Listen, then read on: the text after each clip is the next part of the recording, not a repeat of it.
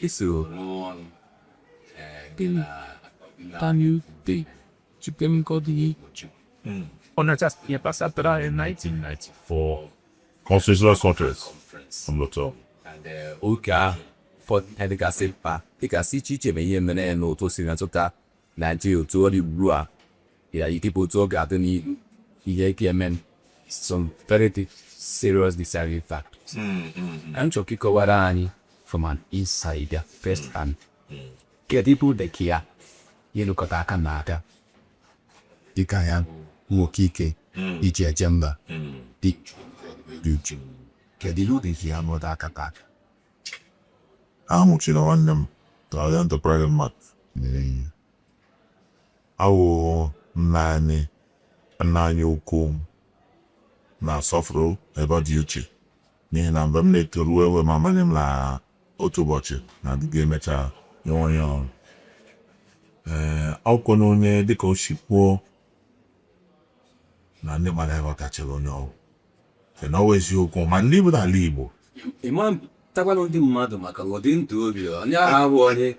ime ka ijiri ebe si ebe a ọkwanụ ka ọ dị mma mere ime ka ijiri ebe ya esi ebe ka ọ dị mma beta ọnwụ onye ihe gbasara Igbo na n'ọkụlụ obi o teela anya onye ụpụrụ hụ ihe adịghị mma n'obodo anyị chịkwanụ ọ dị mma achị emenye n'obodo enye mgbe nọsi ike dịka Baịbụl si kwuo ndị Kristian ọsị ị mara ihe ahụ ị ga-eme nwanne gị nwoke obi agaghị dị ya mma emele na ya nwanne gị nwoke akwa ịghọtara ịhụla n'asụsụ ndị chiri iche dị n'obodo anyị wụ Naijiria ihe ọ nọ na prichi ọ nọ na-akọwa bụ ka anyị na-ebịakọta otu ka anyị nwee otu ndị ka e nwee justice nwee fair play mee equality omume imere ndị ebe a ị ga-emere ndị ebe a ọ gara adị mma nwatakịrị mere ibi ya onye bụ obi atọ nye ụtọ obi adị ya mma so ọ chaghị ndị ahụ ihe o mere na-egbochighị ọ wụ ezigbo mmadụ agwọ n'ọnwa onye m na-akpọkwanụ dịghị ọ kọrọ Nostradamus the man that saw tomorrow ọ hụrụ echi nna anyị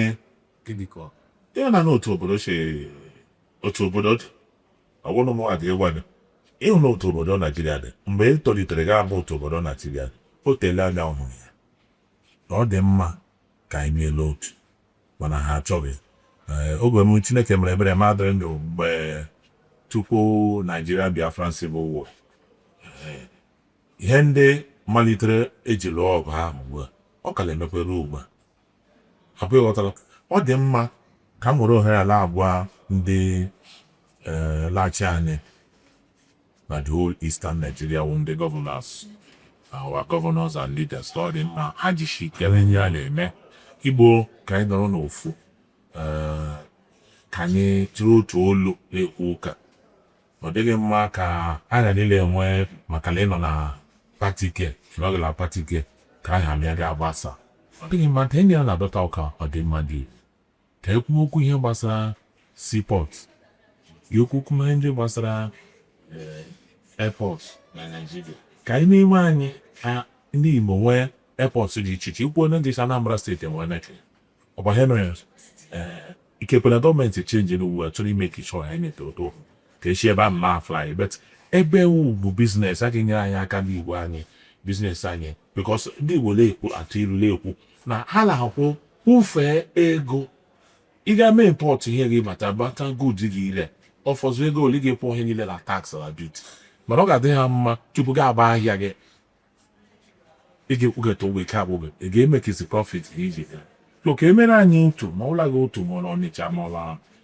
Enugu ma ọla otu a Port Harcourt obe eji adịrị anyị nso ahịa ndị biznesmen anyị tụọ ihe bata ya adịrị ha nso tụọ ebe ha direct ya na ha dịghị avụ iwu abụghị ghọta ihe ndị a niile amakwala lọ gị dị mma ha etigere ha gba mma tinye ọnụ n'okwu a ji mụ nwa dede anyị wụ nna anyị Chukwuemeka na Ojukwu ọwụ mmadụ nwe gbọrọ agha ọ bụzigbo mmadụ be ọzọ gị piwa stede ịrụ ahụ ka ọ wụghị nwoke ọ bụ inye ha ikike ka ha na-eme revenue from it because ndị ebe anyị dị na-ego airport anyị na-ekwu ha enyebọghị ikike ngwa ka m nye gị example otu mụ na gị dịkwa ụka ugbu a enwere m information na ihe gbasara immigration anyị nwe nwekwa n'ebe before otebe anya ha mere approve but ugbu a emebe approve ha akwụsịkwala ya ọzọ ịnọrọ na ịchọrọ ishe n'ugwu mee travel nwee machine gị lete ebe your international passport n'ala Igbo niile ha enwe fishele machine so ị chọrọ na ichelachi ime ifefu ị shie n'obodo abịa Lagos ọ gaghị n'obodo ahụ Abuja gị ebe a ga-enwere machine gị ọ dịghị n'ụmụ otu ahụ gịnị mere ha ji wefu machines ha debe adịbefa ọ imegbu ndị Igbo agadịghị mma ọ dị mmiri ekwu ya nga dị mma kedu ihe gọvanọs anyị na-eme ha gbalị ya ọ dị mma ka elebara ya anya iwe were gị ma m tite ọnụ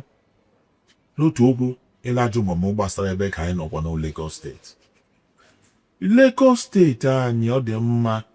anyị kwuo eziokwu na onye na-achị anya Sonyelu ọ dị mma ka ọ nọkọta wotu ndị niile wụ ndị Igbo dị iche iche ka o nyere ha aka kpọkọta ndị Igbo ka ọ jụọ ha biko kedu ihe na-eweta unu kedu ihe meride a na-emegide unu ka o nyere aka anyị anọkwala maka ndị a na-ebutu ụlọ ha ebutu ha ga-eme ikwukwu eziokwu ya nwere ndị ụmụ nwanne anyị bụ ndị Igbo gara aga hụ ihe dacha ha nọra ka ha adịghị n'mma wee ebe mmiri lagacha ka ha adịghị n'mma mana ndị ahụ mere ya approve mara na gọọmenti nyere iwu chi ka a gara ịrụ ya ọnwụ ndị ole ha chi ebe ole bịa mee approve nara ego gwa ndị ahụrụ ụlọ na nsogbu adịghị ọrịa na-ekwu so ha ma kwesịrị ilebara ya ahụ gọvanọ Sanwo-Olu kwesịrị ilebara anya ihe ndị ahụ ka ọ gara dịka dọzi mmegbu ka na-emegbu anyị ihe ọzọ awụrụ onye gbasara ịtụ akwụkwọ acha anyụkọta mamịrị ya agba ọfụfụ biko nụ anyị niile agaghị nọ n'otu ha chemegbuwe ha ga na-akwado Lagos steeti Yoruba mmanụ ha che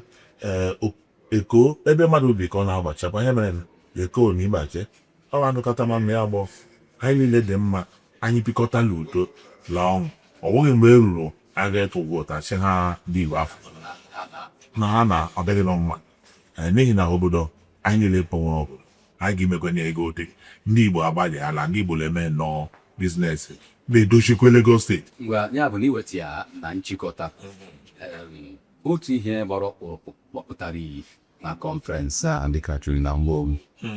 ofu ihe ọpụtara maka 5 years Igbo and after many years ugbu ọ dịkwa ka aka na babaka port kedu ebe 5 years ụtọ ga-abụ ihe ọma bụ enwe 5 years ute makwa ka bụ aka regionality oke daka ma to n'ime Nigeria ọ nwụchiri nwanne m nwoke ịmara na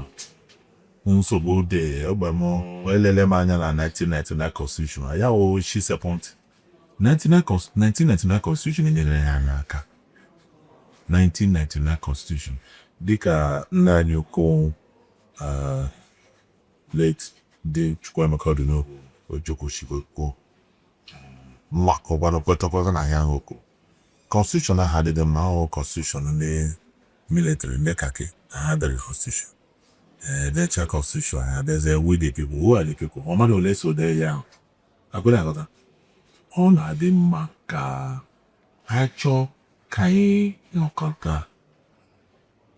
n'otu obodo Onima imagine decentralized.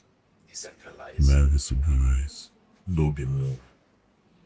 elaga region marriage. In that decentralized so power the term of the president ka ọ gara inwe ikike karịa otu o kwesịrị ka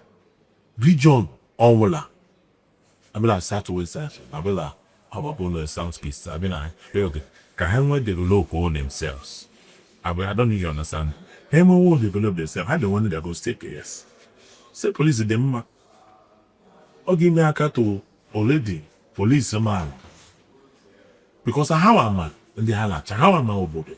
Man, ebe ndị agishi jide ebe nsogbu dị aka egbufe isi akpekọta gị. So ọ dị mma eme ya otu ahụ ya dị beda, because ị were ikike niile e nwere gaa nye otu onye lelanụ otu onye ahụ nyere enye ọnọkọta ugbu a ya achọghị gọvanọ ha ọnọ ebe ke ụnụ ele eme na Rivers Steeti ọ ya mere onye ka ugbu ahụ onye ya suspension ala eme ya mere ọ dịghị mma n'ihi na onye mere eleti kwesịrị njụ agha otu onye n'ihi na ka o mee ihe ga-edere otu onye mma ewefe ya onye mere na o ji mekwe ya rikọ ọma na ya adịghị mma for democracy. A chọta ya ga-eli ewu ma ọ bụ ime ihe na decentralized mgbe ya region by region always take place n'ile aka na government, and then ha makwana m ihe mere na ha eji achọrọ ike otu a n'ihi na anyị niile achị anịkọta ma na ya abụọ mana ha na-arụ arụ egela aka gbasara ndị nọ na South Nigeria dum unu dum ma ọ bụla dị mbe unu dum ka ọ chahịa ahụ unu kwado niile anya unu dum makwa unu dum ahụ ya ụkwa ọhịa bụ nsogbu ahụ n'ime ya kịta maka na unu dum ahụ obe ji azụ eje ọ dị ya lepụrụ otu esi eji azụ eji ya aha ya wụrụ unu dum ọ dịghị mma akpịghọta dị mma ka anyị na ha chọọ ọdịmma mmadụ niile. For us to have peace, for us to have unity, for us to have the kind of cooperation or nchịkọta mmadụ niile onye memere igbu ya emere ogwu emere nwa nọsi ike ịmara ihe dị mma oke ndị ebe ndị Igbo dị egbu ọla appointment and enwere ndị ụsambụ chi ha ndị Igbo because na ha nọ na gọọmenti ma ndị ngwa ndị Igbo chi ha awụzi ndị Igbo mana oge elekshọn ruo ha fụtara ha cha ndị Igbo ndị onye ha na-agbadi aghụghọ onwe ya ka ha na-ada aghaghị ụgha ala Igbo ịla asụ asụsụ Igbo ịgala ahịa ịgala chọọchị Igbo ka ala asụ ịgala aghọta ha gaa chịkwa iwu onye Igbo mana ịlata ha ụta n'ihi na ọchị otu echi mgbe a lụrụ ọgụ na Nigeria Biafra ọwụwa na awụ ọnụrụ ha chi ha dị na-asụ Igbo ha dị na-asụzi Igbo agbazie ọha mere na ha nọ eze Nigeria dị ya prawo. yes Foke ngwa oge ya wa bịara na njedebe ewe meta pronouncement ihe Victor Novan Peshiu kete baiduta ihe kuno Victor Nova kochi kemgbe ikere ihe ndị Igbo ya aka jibala ala eji ala pigide ala lazọ ya gwaja anyị no Victor Nova kochi. There was a victory. Nigeria won. We were vanquished. Emeriri anyị ahụ ugbu a n'ebere ma ọ bụghị ndị Igbo anyị gbachiri ike ahụ akpụ na ha 20 pounds na weekend. 20 pounds aha ya mụtaziri iwu a na onweghị ndị time in the world n'ime sọkpa bụ any world. So what about me? Anaghị m ikelekwa egwuru ohere a kele ivuru mere m na abandon property. Enwere ndị ụfọdụ na Lagos steeti ụmụ Yoruba nwee alaka anyị n'okwu ma mere abandon property after the war n'ike anyị lọtakwara here ndị Yoruba ewerekwa ya nyachibụ na their own property. Mana ị ga na kọtata ọtọbe ndị same ga to some other states ha jichie ihe ndị ike ahụ sizie the poverty. Mana ka ahụ okwu ụbọchị ọzọ abụghị ọtara ọ dị mma ndị Igbo la ebe akwa ka m ekwu okwu asha ekwe okwu gbasara Nnamdi Kalu achọ m iwere ohere kwuo banyere ebe anyị nụkwa Nnamdi Kalu na-achọ ọdịmma n'Igbo ikekwe n'ọnwụnwụ kedu otu o si mee ya emebe ọhịa dị mma ịma na ihe gbasara omenala anyị tụrụ esi apụ ihe dị na lọta ka ahụ omenala ihu ndị tọrọ atọ gị ya bụ ịrahụ kwe ọtọ na mgbe ebe ahụ edugbe opere apịrị a ọya dị onite na mbọ ndị nọ and otu ụmụntakịrị towe isi ọmụmụ enwekwele ndị nke nọ na Finland n'enwe otu osi na-emelisi like asị anyị Monday no sit at home ụmụ ihe ndị ahụ adịghị ma kọsọ itike business a biri ji ya ọwachi even Nnamdi Kanu pọfụtara kwuo okwu even nọ n'aka ji eji that ka aka eme ihe ndị ha abolish apịla aghọta because not even on Mondays mgbe ụfọdụ ha chi Tuesday mgbe ụfọdụ ha chi Wednesday mgbe ụfọdụ ha chi Thursday sit at home awụ ọnụ sit at home business n'ịkọna ibi ire mi nọrọ mma uzi onye ga-apụ mmadụ gị mọzụ gị bụ onye na-apa ekele nchere iru na ihe ndị ahụ emegharịwala dị mana anyị aghọta n'ụma ka ha wụ the best way wụ iji obi na-ekwu okwu na-abịa ka ezuru iziere nwanne anyị ihe o mere ihe o gosiri ime n'ihi na ọ ladịghị mmegbu a na-emegbu ndị Igbo ọ dịghị mma